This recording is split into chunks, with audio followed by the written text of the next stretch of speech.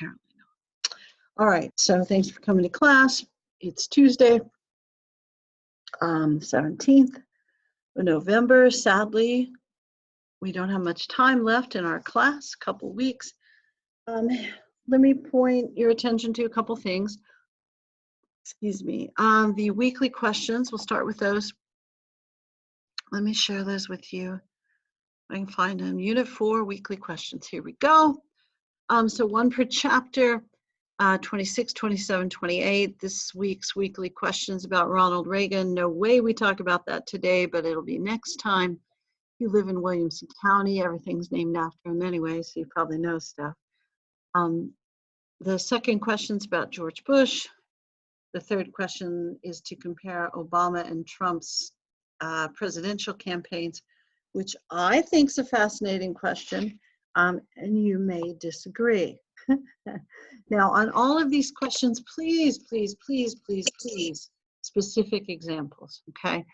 I just finished grading question 1 for first class in your class from the last unit, which was really question 8, I think, and it asked why World War II was the good war. And too many of you just said, well, because we defeated, oh, crud, did I forget that again?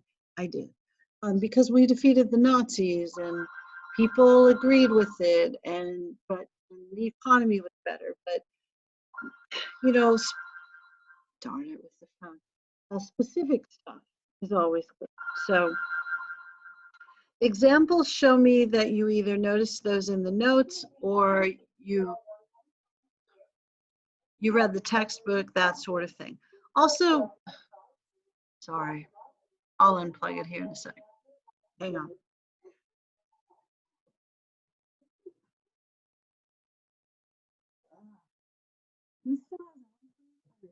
Rid of that.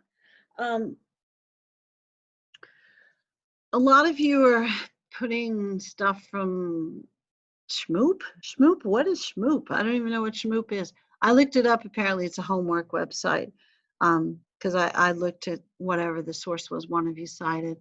And I'm not saying that any of that's bad, but if we have a class and I tell you stuff and there's stuff in the book, those are the sources I really, would like for you to also consult.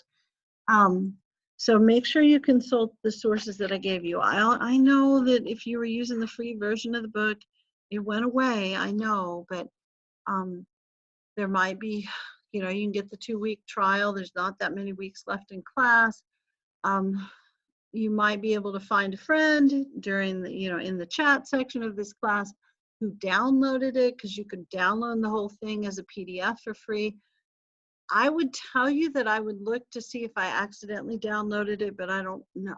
I don't want to post it, but I don't know. I could look, but you need the book. It'll help you. It really will. So even if you find an older copy. But I designed I picked the questions from the chapters. So that's really what I'd like for you to use. I'm not banning you from other stuff. And also do a little bit more than just list information. Tell me why it's important. So add that as well, and then we'll all be good. All right. Sorry, my niece who was in the hospital sent me a text, so I'm gonna check it really quick, and then I'll stop. Oh. Sent her a picture of a squirrel. I thought it would cheer her up. My niece, I know you're picturing like a 6-year-old. She's 39. I'm old, remember? Okay. All right, other stuff I should share with you. Let's talk about grades for a minute. I want to explain to you, because I just feel bad that it takes me forever to grade, but I got 100 students pretty much, and all of you turn in 4 things. So that's 400 things I've got to grade. It just takes a while, and I'm reading this stuff. So I could just look at it and go like, yeah, it looks like a 2. But, I got to read it. So it takes a little while, and I may not be the fastest grader. So hopefully maybe by Friday or so. My other grading job has a due date of this week as well. So it might take a little longer than I would like, but hopefully by Friday or Saturday, I'll be caught up, and then you'll know stuff. Now for the next round of stuff, you may have already noticed I posted the grades, not the grades. I didn't predict the grades. I posted the weekly questions. And of course, you've had those for about 7 weeks anyway. But I posted them where you could turn them in with a suggested submission date. Now, the due date really is still December 11th, but if I have to grade 300 things over that weekend, no, turn them in early if you can. And somebody in the last class, like, will you give us extra credit? No, I can't. I mean, I've already kind of tempted fate by giving you the other extra credit. You have 30 extra points already built into this class, 20 from the book review, 10 from that extra credit assignment that I gave you. So you can miss 30 points and still get a 100 if you do those things. So, you know, I've already essentially given you the opportunity to earn an entire grade point. So if I give you anything else, I'm probably no longer a college professor. I'm probably a middle school teacher, you know, where everybody gets a 70 for trying. I can't do that. So, but I am telling you that it'll be easier on both of us if you turn stuff in one at a time rather than all at once on the 11th. So I've got suggested due dates, not this Friday, but next Friday for the first question, the following Friday for the second, and then the actual due date for the third. I will try really hard to get a list of stuff for you to study for the next quiz by this Friday, but that's a little lower on my list than I wish it were right now. All right, and so far from what I've graded, there's very little, instances or indication of you guys not doing your own work. So thanks for the cooling it on the copy and paste, at least on the first question. So hopefully that'll continue. Oh, also, if you're behind on stuff, like, oh dear, here's what I would do if I were you. I would do the most recent stuff.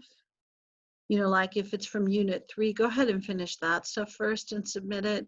And then if there's older stuff, you know, we can talk about it. Also, I think it's this Thursday is your last day to withdraw from the class. So if you're thinking you're just not going to catch up and this is just not your semester and who would judge you, it's 2020, I think you have until Thursday to withdraw from the class. So if you need to consider that, go ahead. I'm not suggesting, you know, I don't know. Also, you remember, you can't turn everything in for the entire class on the last day. That's going to be a no-go. So I'm telling you right now, you won't pass if you do that. It's just, yeah. So don't do that, okay? And I think that's probably all I have to say about grades. Also, if you've sent me an email and I still haven't responded, feel free to send it again. I'm also going to tell you, it'll probably be tomorrow. I'll go back through the email because I've got 8 million things to do, so, including teaching and hopefully grading. All right. Notes. These are apparently in the course documents section. The questions are already posted in the Turnitin place, the assignment section. I think the only thing that I don't have for you yet is the list of stuff to study for the last quiz. And of course, that last quiz isn't in there. There are a couple of people that haven't taken the last quiz. I think that's still available. I don't know. And I don't think you need a password for it, but let me know if you're one of those last few folks that haven't quite taken it. All right. Lecture notes. Here we go. Lecture notes. So let me scroll back up. The last 3 chapters pack a lot of stuff in, but excuse me, I guess honestly all the chapters do. So this is really about the rise of conservatism, and I know you noticed that the chapter says 69 to 88, but apparently I think we need to go back over 68 just a little bit to kind of talk about what the setting is for the first year of the Nixon presidency. Sorry, just checking something really quick. All right, back to the notes, sorry. There we go. 68. 68's a bad year. It's probably the 2020 of the 60s. um, what's going on in 68? We're way too involved in the Vietnam conflict. We've drafted more people than we've ever drafted. There's 500,000 people in Vietnam at the same time. We're disproportionately drafting poor and people of color, in part because those two groups tend to intersect. There are riots in pretty much every major city in the country, either about the election or the war or assassinations. We had two major assassinations that year, Martin Luther King Jr. and Robert Kennedy, who's the leading candidate for the Democratic nomination. The sitting president has decided not to run again, and if you want to look back in history to to see how many sitting presidents who are eligible for another term or who haven't already served terms decide not to run, you'll find that that list is minute. I'm trying to think who maybe Buchanan. I don't know if Buchanan ran again. I think he might be the only one I can think of. You're going like, we didn't even have a president named Buchanan. Yes, we did. You just don't remember him, which is fine because he didn't do anything. So no judgment there. Although maybe the only gay president, so that might be worth looking up, right? Let's see. So we got presidential election. We got the Tet Offensive happens in '68. It's a rough year, and some of you are going like, yeah, but they didn't have a pandemic, but they had a war, so it's it's bad stuff. So stuff going on in '68 that's good. Nothing really, except, as I always tell my history classes, my younger brother Jeff was born. Jeff's a very nice guy. So Jeff was born. Other than that, it's kind of a crappy year. Nixon would say it was good because he got elected. So just reminder of some stuff. Nixon in the '68 election. Nixon, I don't know. Do you remember Nixon? He ran for president in 1960 versus JFK and lost. Maybe because he wouldn't wear makeup, maybe because Kennedy was better looking, maybe because dead people in Illinois voted. I don't know. There are lots of reasons, but JFK won the election and Nixon said we wouldn't have him to kick around anymore. So then he goes home to California where all the conservatives lived back in those days. And he decides to run for governor. A couple of years later, he loses that. Can you imagine having been vice president, then you go home and run for governor and lose?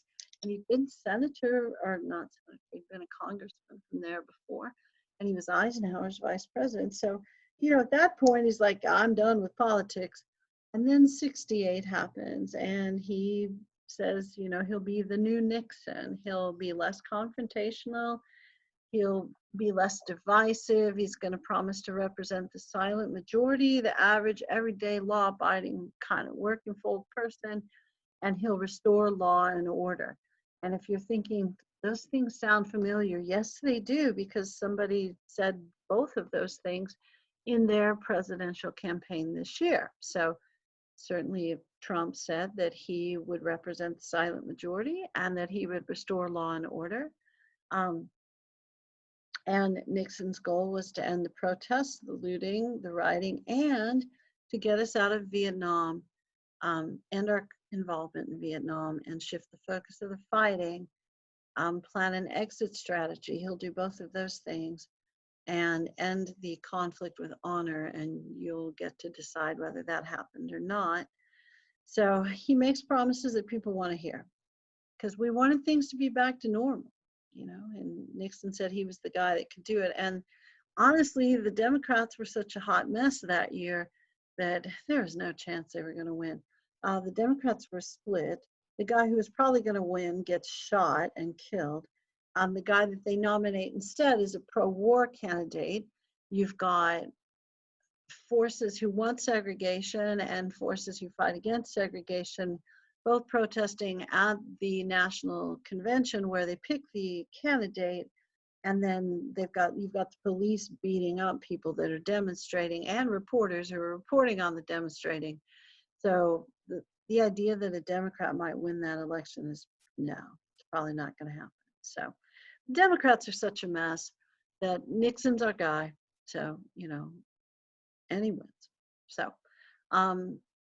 stuff that happens in 68, just a reminder of the stuff. The Tet Offensive was when the Viet Cong, the North Vietnamese civilian communist military, invades the South. And of course, these are non-uniformed civilian fighters, I guess is the right word. And they decide take over every major city in South Vietnam during Tet, Vietnamese New Year. They eventually, of course, are pushed back and captured, that sort of thing. But the fact that they could do this essentially over a weekend, a holiday weekend with very little resistance, made people in the United States think that perhaps our government's assertion that we were about to win the war was incorrect. So even though this was technically a military victory for the South and the UN, it was definitely a PR victory and a psychological victory for the North. So Tet Offensive. Also, the My Lai massacre happens that year, although we don't find out about it until later. And My Lai is a village in Vietnam.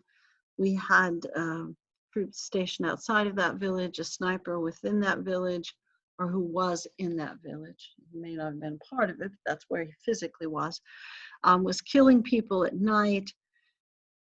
The troops went in to find the sniper, and they were unable to find him. Somebody from, oh crud, I already forgot the guy's name that gets in trouble for it. Let me look. Sorry. William Calley is the guy's name. Lieutenant William Calley is the one who gets in trouble. But the unit that's stationed outside My Lai goes into the village. They round up all the civilians in the village who are senior citizens, women and children. They ask them, where the sniper was, where he was hiding, that kind of thing. And there were lots of tunnels and places to hide people, and they would not reveal where he was hiding, or they didn't know, I don't know the answer. But the soldiers were frustrated with them. They put them together in a circle and killed all of them. This will get out over the next year, and this William Calley will be the only one who's tried for this. He is a non-commissioned officer who's essentially blamed for this. He's probably the scapegoat for it. There were probably people a little higher up the chain than him who had something to do with ordering this. He's the one who gets in trouble. And I think that article that the student in the last class found said he served 3 days in jail before the president pardoned his sentence. So, and there were people, I remember this quite well, I was a little kid, but, had all the uncles that fought in Vietnam, and people saw his prosecution as unfair. And I know you're going like, this is pretty heinous stuff, but to blame him for the entire thing is why people were upset about it. And I'm certain people would see that differently in the modern era. This also is when the people in the unit said we were just following orders. And so we got a good reminder that just following orders is not a good excuse for what they did. It's not going to get you off the hook, although it did, didn't it? But this comes out, and between Tet and My Lai, it makes the military operation look a lot less noble and a lot less honest. So other policies you want to be familiar with, the idea of Americanization, that LBJ was going to use US troops to fight the war because they would be better trained and equipped and would prosecute the war faster and more efficiently. Vietnamization was Nixon's idea. And if you're wondering, are either of these actual words? Well, not at the time, but they are now because they used them and they made them up. Vietnamization was Nixon's reversal of the policy. So instead of fighting the war with primarily American troops, we're going to fight the war with primarily Vietnamese troops. We'll certainly supply and train the troops, but we'll take our men out, and women, but mostly men. There weren't women technically in combat then, but they were in combat zones. But we'll start drawing down our troop numbers and replacing them with US trained Vietnamese fighters who are using US weapons. So Americanization, LBJ's policy, Vietnamization, a reversal of LBJ's policy to de-escalate US involvement in the war. And then when I mentioned that Nixon was going to plan an exit strategy, part of that exit strategy is getting the North Vietnamese to negotiate a ceasefire. They don't have a lot of incentive to do that, mostly because they're winning. And when you're winning is not usually when you want to say, hey, let's put the brakes on this thing and stop fighting. So we had to give them some sort of incentive to stop fighting. And the incentive we chose was bombing the crap out of North Vietnam. So conventional bombing, strafing of North Vietnam, and primarily civilian targets. So this is going to be controversial, as you might imagine. So it's going to lead to a lot of protests in the United States, and dozens of them on college campuses. So kind of a renewed protest of Vietnam policy. And even in this instance, when the policy is to get troops out, the idea that you're going to kill civilians to do that, and in a couple of countries that aren't technically part of the conflict. Now, I'm aware, believe me, I'm aware that Laos and Cambodia countries bordering Vietnam were used for to send supplies and troops because the UN said that the fighting had to be contained to Vietnam. So the North Vietnamese leaders said, Ho Chi Minh most notably, devised his supply trains and his troop movements outside of the country so that they couldn't technically be bombed. And we just said, what the heck, we'll do it anyway. So these actions, these bombings in North Vietnam, Laos, and Cambodia are protested at college campuses. And the two most famous instances are at Kent State and Jackson State. Similar things at both campuses. You had student protest groups that kind of take over the campus, and then state governments that try to take the campus back. And by sending in the National Guard to do that, it leads to violent confrontation. And I know some of you think it's probably more violent on the part of this National Guard, and you're probably right, except at Kent State, and you guys have seen protests in the modern era, because how could you have missed it? You know, they're on the news from time to time or every day. Some of them are, you know, give peace a chance, you know, handing out daisies, that kind of stuff, you know, and in the modern era, you might see people shouting and holding signs, but then some of them are, I don't know, burning down buildings or looting places.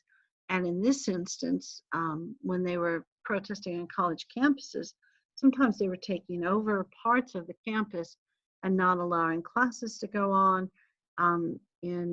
At Kent State, they actually burned down some buildings, most notably the ROTC building. And there was a lot of pressure within both of these states for the state governors to get control of those campuses again. Can you imagine if at whatever your favorite Texas university is, whether it's, you know, the most important one, Texas State, or if it's UT or A&M, that a bunch of kids took over the campus and burned down part of it? People would be upset about that, and legitimately so. These are state universities, so when they sent in the National Guard to get control of these things, I'm not saying that they did it in a good way. Clearly they didn't, and people were killed on both campuses. So ceasefire is negotiated also that same year, in part because of the bombing. So Nixon might argue that his tactics worked. I know that that's not what most of us would argue, but he was able to negotiate a ceasefire. That also happened to be an election year, so he was able to announce right before the election that they'd begun the peace talks in Vietnam, and that probably helped him get reelected. the U.S. agrees to withdraw, these are the terms, the U.S. will leave, but the Vietnamese have to agree that when the country reunifies, that people who helped the United States would not be punished, and that any prisoners of war would be returned. And Vietnam will be 0 for 2 on those two demands. We do certainly leave the country. So that's going to end up being controversial a little, but okay, a lot. However, at that point, most people in the United States also thought, you know what, we just need to go. We've been there too long. It's time for us to go. All right, let me stop for a second, see if any of you have any questions. So give me a chance to take a drink of Coke Zero, of course. You guys have any questions thus far? All right, you guys still with me? Nixon your favorite president yet? Has that happened? Nixon was my mother's favorite president. Not sure why. I do know why. She told me. Kind of told me. And part of it was to irritate her mother as well. Isn't that interesting that you could be an adult? Because my mom was an adult, but liked Nixon in part because it irritated her mother, who hated Nixon. Isn't that weird? Okay. Was the bombing with gas? Are you asking if they used napalm? They did use some napalm in civilian areas. Now, typically the bombing raids we're talking about were conventional bombs, but there were times they were using napalm. In part, they're going to argue to clear the foliage. They also used Agent Orange for that purpose as well. But that very famous picture that I know you're probably thinking of, where the little girl's running and she's been on fire, she had been napalmed. Yeah, no, it did happen to civilians. This is, I think this war is probably seen as more tragic than some of the other wars, or more controversial, because we got to see it on TV each night. So before, you know, and even in Korea, there was a little more controlled coverage of the war, even though they had better technology. But in the Vietnam conflict, there were live feed cameras. It's kind of how we got to see what was going on with that. And there were embedded journalists in this war as well. And you'll notice that in later conflicts, there are times that the government either just doesn't allow journalists to go at all, or they really greatly control what happens with the journalists. So yeah, they did use napalm, which is essentially jellied gasoline. And then when it contacts something, it catches on fire. So yeah, no, it's tragic stuff. Not that there's ever good wars. I noticed from a lot of your answers to that question from chapter 23, but Vietnam is definitely not it. Yeah. And of course, we're there because we want to contain the spread of communism. That's kind of our whole goal during the Cold War. And then if you talk to people who fought there, sometimes they didn't see that that's what we were doing. Especially like if you read that book, the Army Nurse in Vietnam, Home Before Morning, that book, yeah, she's not going to see it that way at all. And it does seem like by 68, when the war started, when we first started sending larger troop numbers there, people were fairly enthused about it. They thought it was a good idea, stop communism over there before it comes over here. By 68, we're starting to change our opinion. And by 72, it's like, man, we got to go. Even if you thought it was a good idea. Now, probably by 72, there are two major sentiments. One, we never should have gone, so we need to get out. And two, we're not letting the military prosecute the war. We're letting politicians determine how it's prosecuted, so we need to get out. So there tended to be two different opinions about why we needed to get out.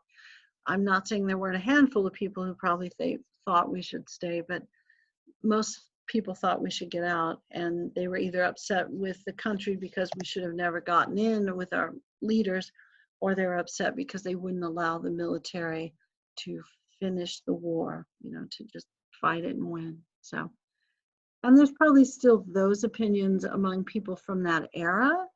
I think if you look at people who are younger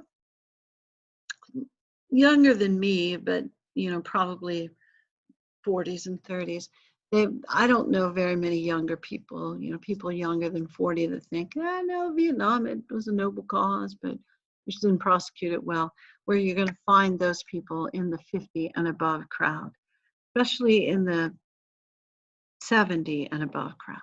Okay. All right.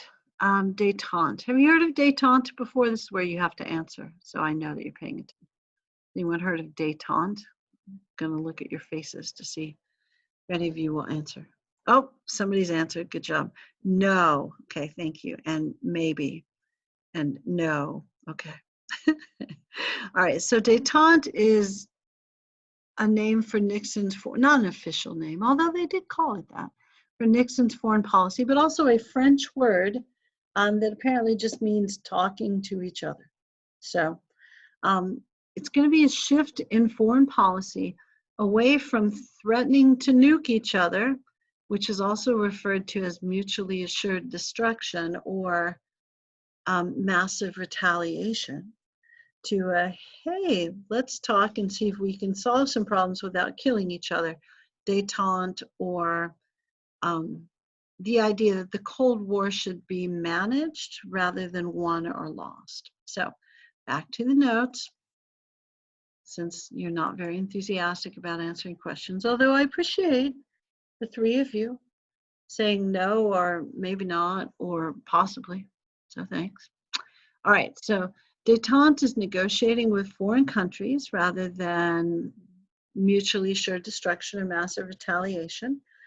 The idea that threat and intimidation are how we should run our foreign policy, which devolved, you like that word, into a nuclear arms race. The Kennedy administration, did I say Kennedy? I did, didn't I? The Nixon administration says we got to manage this rather than try to blow each other off the face of the earth. And he puts a fellow named Henry Kissinger, who I think is still alive. Those of you that are paying attention and not really paying attention, you can Google Henry Kissinger. But I think he's still alive. Henry Kissinger is a German immigrant who was Nixon's NSA, National Security Advisor, and Secretary of State, and fairly skilled at foreign policy. So one of you Google Henry Kissinger? I heard a noise. So like, it wasn't Henry Kissinger, still alive. Yeah, he's old as dirt, because I thought he was fairly old back then. Of course, I was a little kid.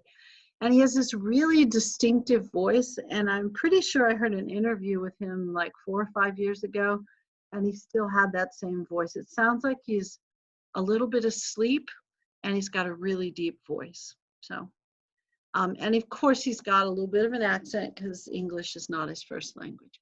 But even though he's 97, isn't that amazing?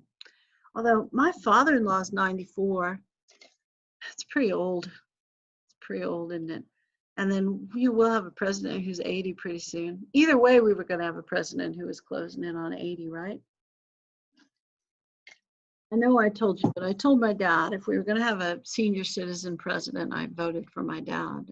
He was more reasonable. But anyway, Kissinger was not old back in the 70s. And he practiced shuttle diplomacy, which sounds like they're playing, what's that game with the badminton? Yeah, where they use a shuttlecock. But shuttle is a reference to the airplane. So he would fly back and forth between countries and kind of to give, negotiate, deliver terms, that sort of stuff. And then eventually bring people together who typically would not even speak to each other. So he's going to arrange some fairly impressive feats of foreign policy. Yes, feats of foreign policy, including the ceasefire in Vietnam, although, you know, we probably look back at that and don't think that's quite as great as it was. but it does bring an end to a 15-year conflict that didn't seem to have an end in sight. I know, it wasn't a good, I know, bombing, I know. Um, but Kissinger's negotiation was helpful. But he also negotiates the end of conflict between Egypt and Israel. They had been fighting in a series of wars since the 60s. I think one was the Yom Kippur War, and then I think it's just called the 1972 War. I think it's called, maybe it's, I don't remember. Sorry. I should remember, but I don't. And of course, we're very concerned about conflict in the Middle East because, well, we love peace. And also we weren't energy independent during that time period.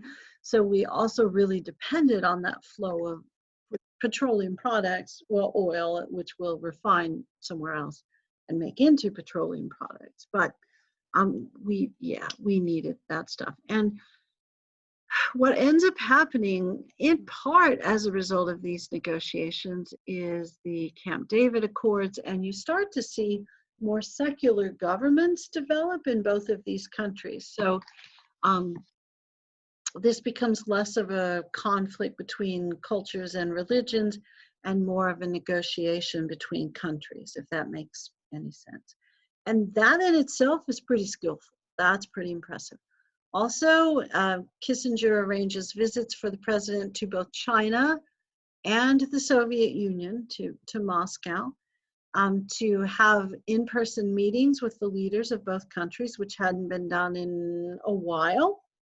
And while these meetings weren't always productive necessarily, what you did see is an opening of relations. And it probably makes more sense than just threatening to nuke each other. I mean, it's up to you whether you think it makes more, your decision, but it seemed less dangerous. And less dangerous is good when everybody has enough nuclear weapons to destroy the world 15 or 20 times. So, negotiating with Vietnam, between Egypt and Israel, getting the president to visit both the Soviet Union and China, going to thaw some of the Cold War and get traditional enemies to agree to talk to each other. The visits to China and the Soviet Union have a couple of effects. One, we start trading ping pong players and some other folks. We developed cultural relationships with China. They really did trade ping pong players. And that part of Forrest Gump is kind of true. But it does start to open relations with China, and I think we sell a lot of Coca-Cola over there. But it also makes the Soviet Union wonder what we're up to with China, and so the Soviet Union and China start to distrust each other just a bit, and maybe that makes us think they're not collaborating on things, which is a thaw on our side and our perception of the Cold War. The big thing, is the SALT Treaty. These strategic arms limitations talks lead to a couple of SALT treaties. The most important one, in my opinion, you would probably agree with me because, well, the other one sort of breaks apart, is during the Kennedy, I said it again, why do I keep saying Kennedy? The Nixon administration, where we end up with a limit on the production of ICBMs and an agreement to start denuclearizing or disarming some of those as well. So we had disarmament treaties before in our history. I know we didn't really talk about a couple of them, but if you remember, when you read the chapter about the 20s, they mentioned like 5 and 9 power Navy treaties, which were agreements to stop producing certain types of battleships. Typically, when we entered disarmament treaties in the past, we agreed to stop building stuff we probably weren't going to build any more of anyway. So they would pick items that at this point had probably become obsolete and we weren't going to build anymore, and say like, yeah, we'll stop building those things, whatever they are, Gatling guns or whatever. I know it's a terrible example, but I already told you I'm not up on my weaponry. So agreeing to stop building things that are obsolete is not really that important of a treaty. ICBMs were cutting edge. I mean, these were the delivery systems for the nuclear weapons where we would kill each other. So intercontinental ballistic missiles, getting rid of those, or starting to at least scale down our numbers of those, that's a big deal. This is a serious negotiation. It's important, really important treaty. So way to go, Nixon, on foreign policy is usually how people think of Nixon, except for the Vietnam thing, which isn't quite as solid or quite as historically lauded, shall we say. That's probably better than quite as solid. And I know some of you going like, yeah, that thing was already a mess when he got there. How could he have made it better? And some of you going by not bombing the crap out of North Vietnam. And then Dario's going, yeah, and don't forget about napalm. Okay, all right.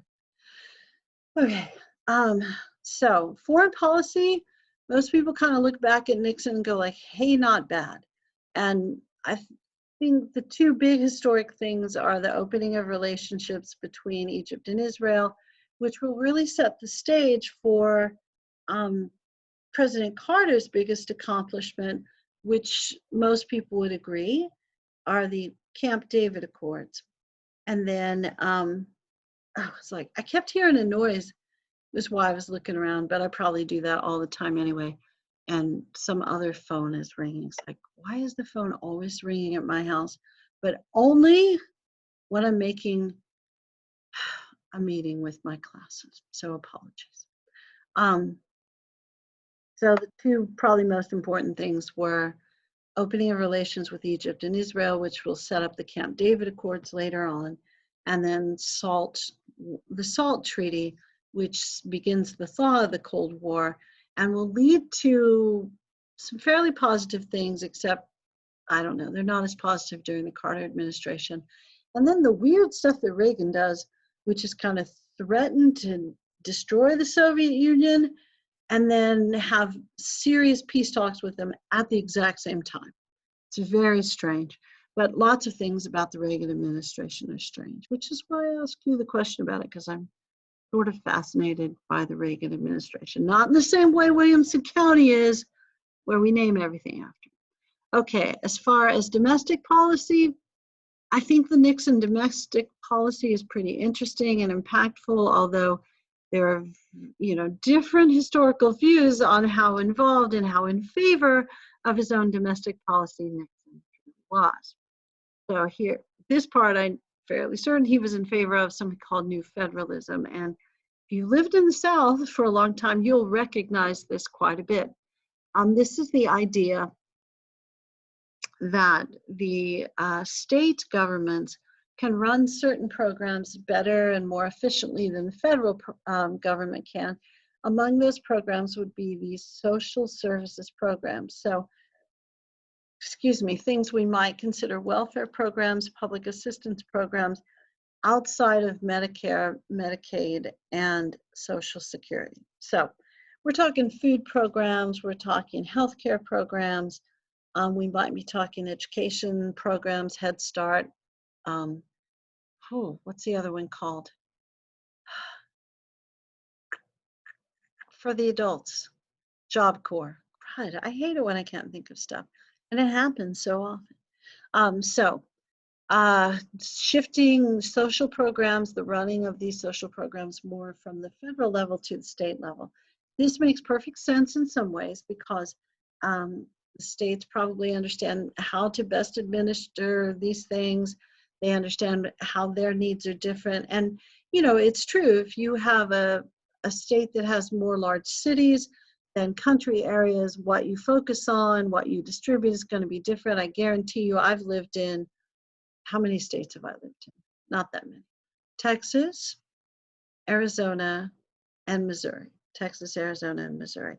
And those are three incredibly different states and need to be run in different ways. I mean, believe me, I get that. And I have a brother who lived in Iowa for most of his life and who lives in Wisconsin now. And then I've got relatives in Ohio.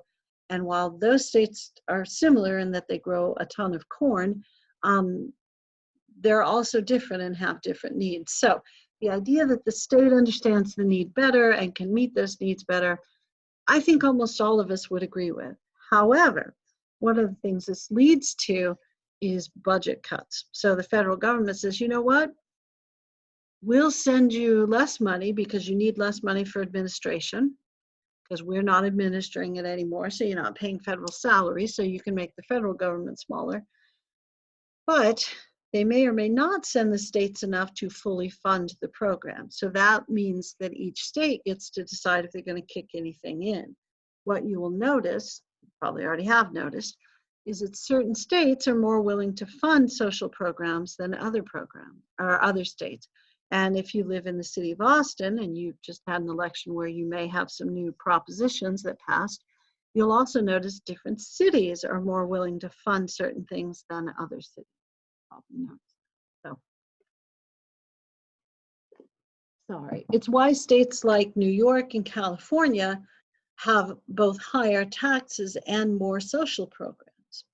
So states like Texas don't spend nearly as much on social programs or education per capita, that sort of thing. So, and it's a different philosophy in each state, whether you agree or disagree.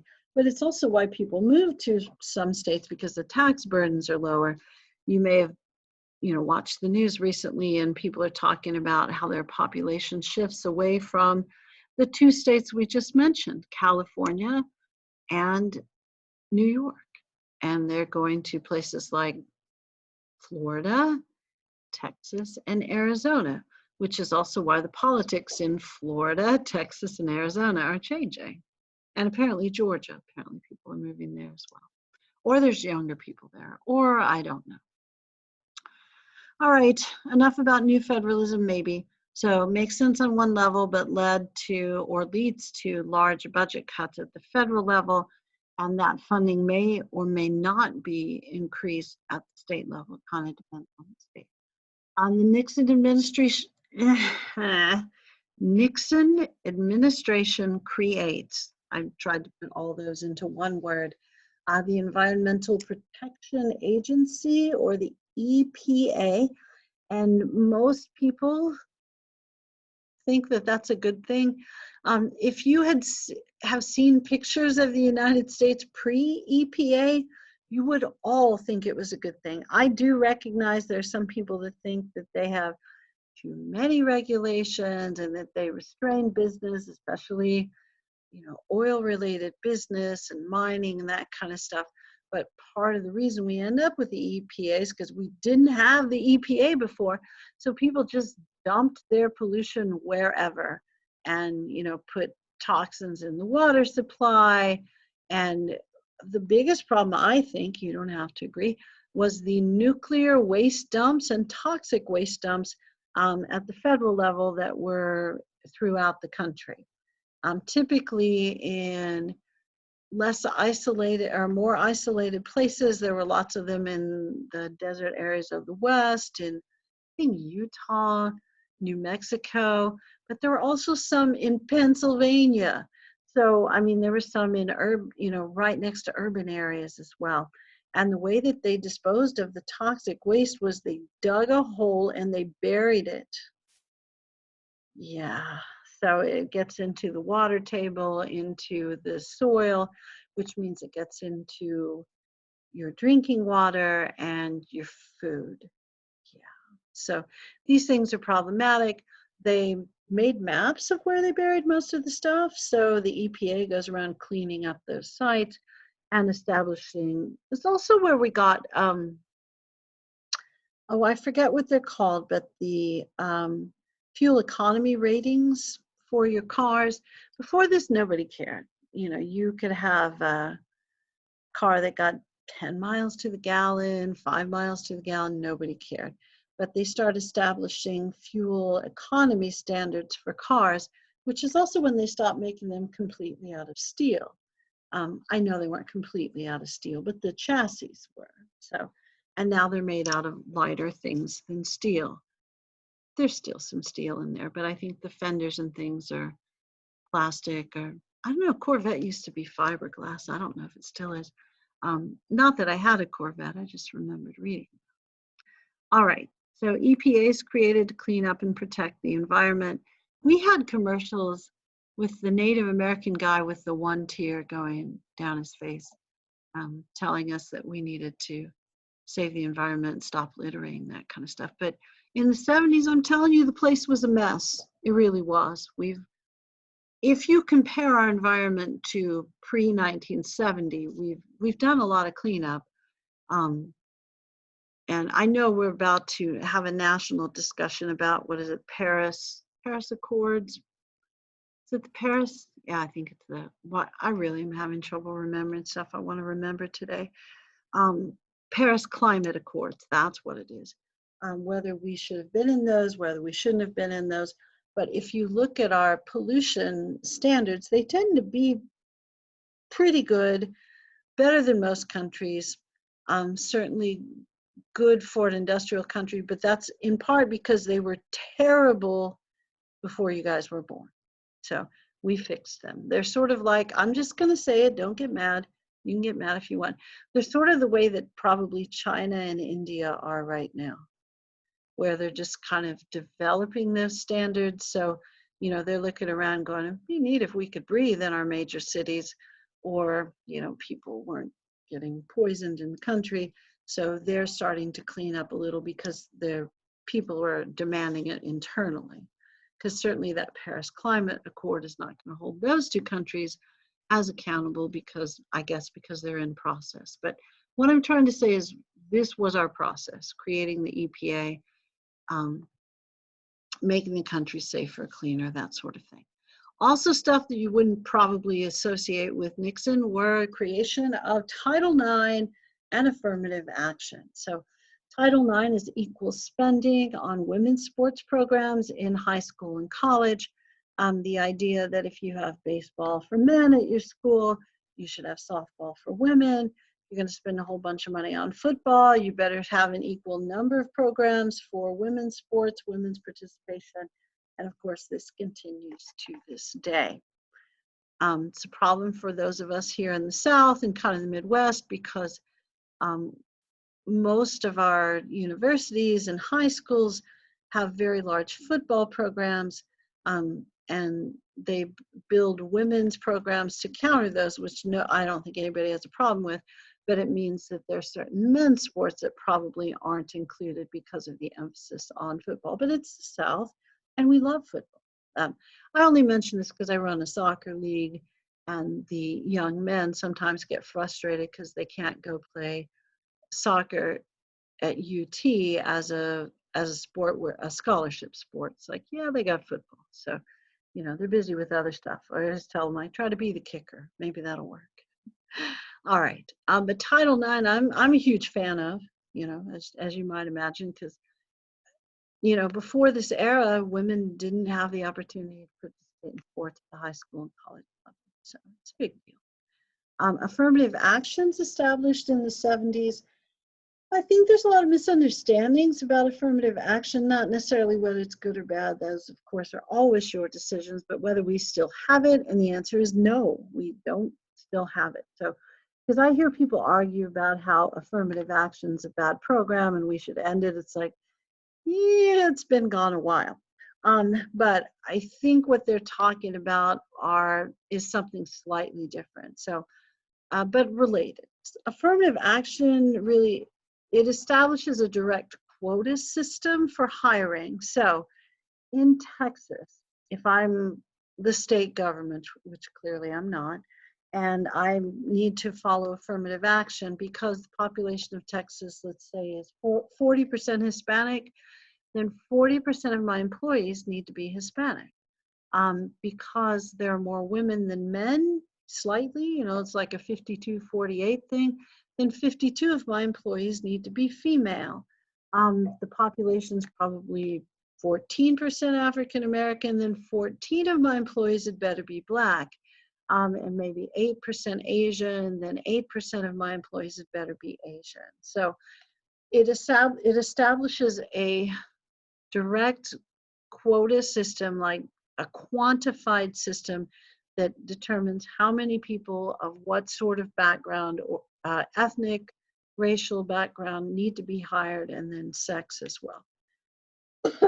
This will be declared unconstitutional. The reason I say it it's not the system anymore. It really isn't. It's declared unconstitutional with the Bakke case, and I think that's 1980. So it doesn't even last 10 years. However, most people think it still exists. And I know some of you are going like, I know they use race for college admissions, kinda, but they don't have quotas.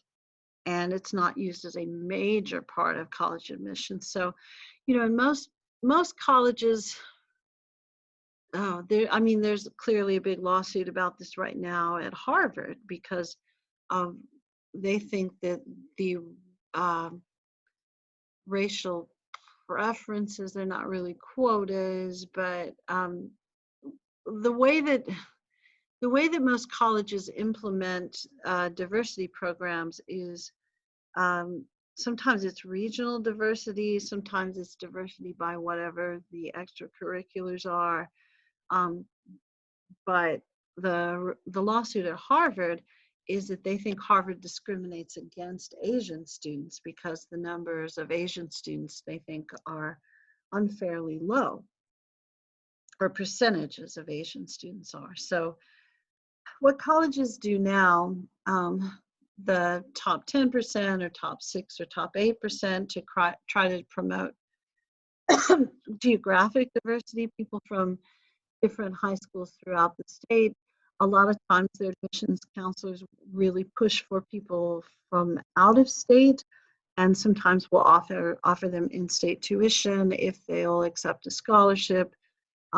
So there are different ways that people look for diversity, and their goal is still to have a diverse college environment, and it still creates issues. And I know, some of you probably are a part of some of those issues. I know I would have students from, I'll just say the name of a high school, say Westwood, who would argue that their top 10% or 6 or 8 was much more skilled than, say, the top 10 or 8% from another high school that's maybe more rural.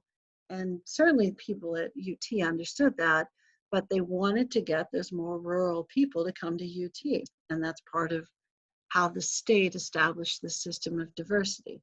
And there are still lawsuits all the time about this. So as far as hiring, states don't do this necessarily anymore, although certain cities may have minority-owned contract requirements. Certainly the city of Austin does that, so, or women-owned business requirements. So, but racial quotas in hiring and college admission numbers are illegal.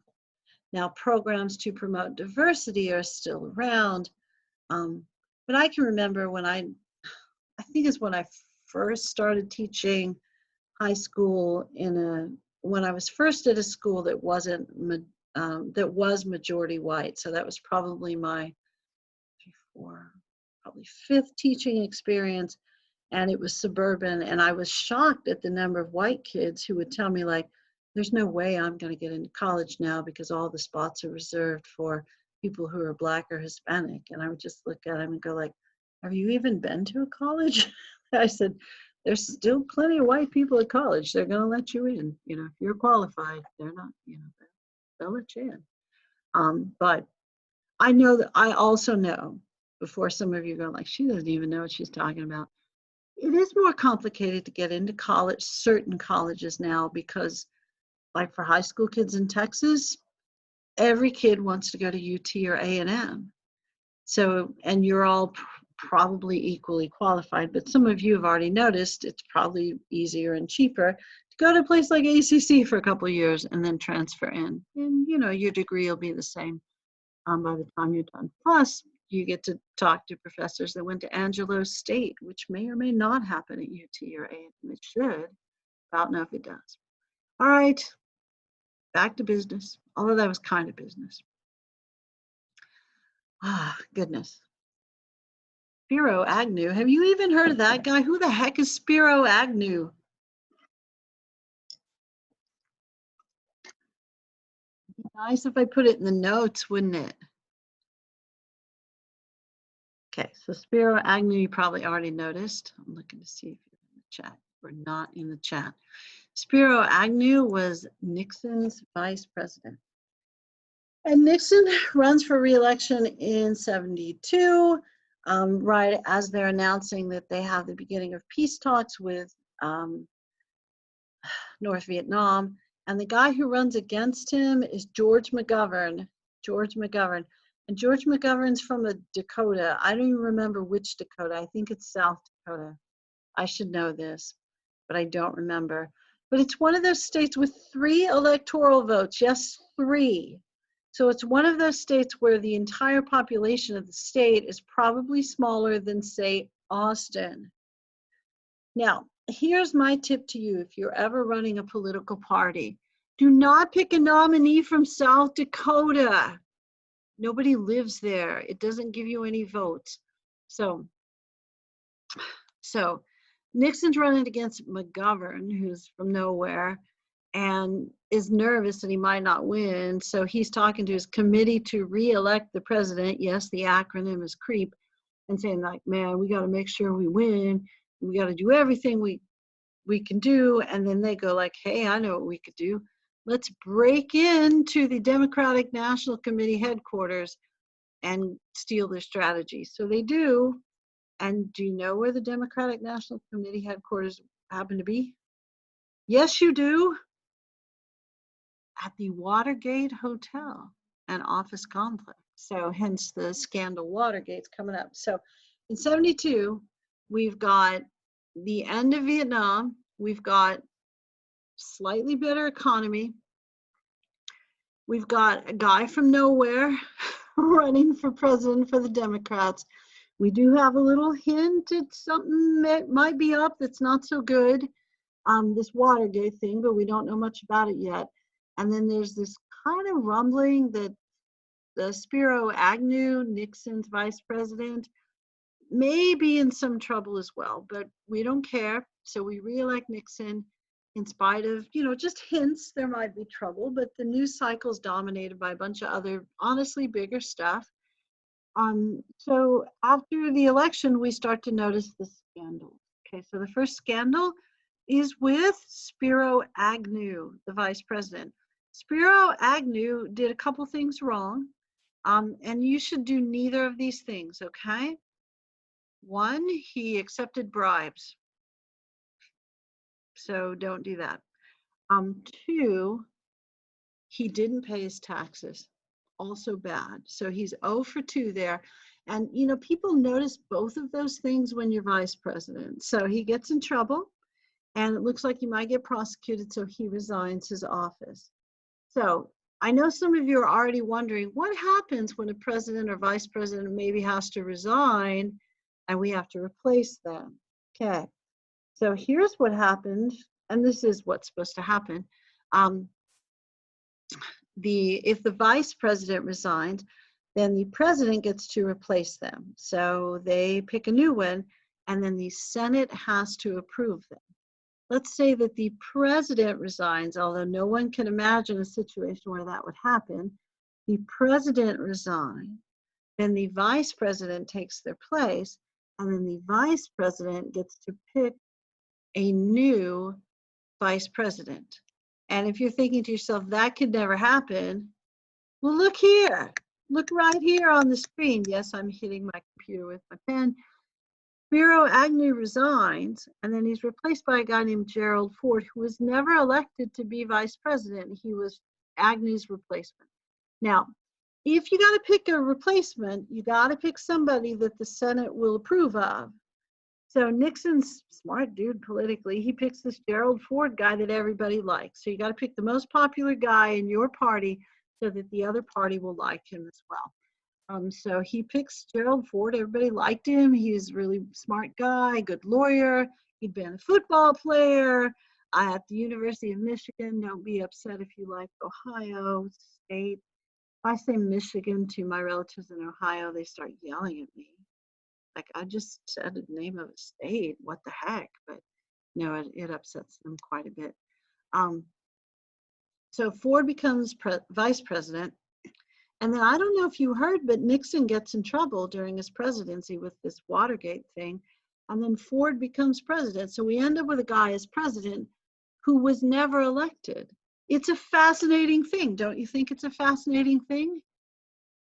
A non-elected person becomes your president. Like, we didn't pick that guy, but there he is. Um, so it happens from time to time.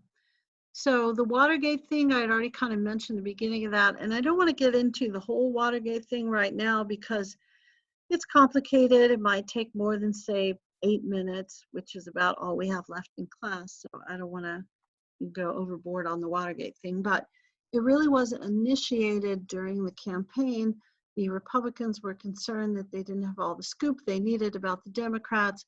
So a portion of the re-election group decided they would break in and steal the information. Now, Nixon did not tell them to do this and did not have knowledge ahead of time, as far as we know, and we, found out a lot of stuff. He didn't plan this, he didn't suggest it, he didn't even know it was going to happen. He does find out the next day after it happens, and instead of turning these guys in, which would have been a scandal during his re-election campaign, he works to cover this up. And when Congress starts investigating it, he works harder to cover this up and fires people and insists on IRS audits against people that are researching this. So he's going to perhaps abuse the powers of the presidency just a little bit. At least Congress will suggest that he does. So I'll probably stop talking about this here, and we'll pick up with Watergate, and then we'll kind of quickly go through Ford and Nixon. Let me try again, Ford and Carter next time, and then we'll slide into Reagan, remembering that your big question is about Reagan next time. Okay? Now, don't go just yet. Do you guys have any questions about anything from today? Now is when you could speak or type something in the chat. Would also make me think you're paying attention. These are all good things. And I do want to check roll before you go, so hang on.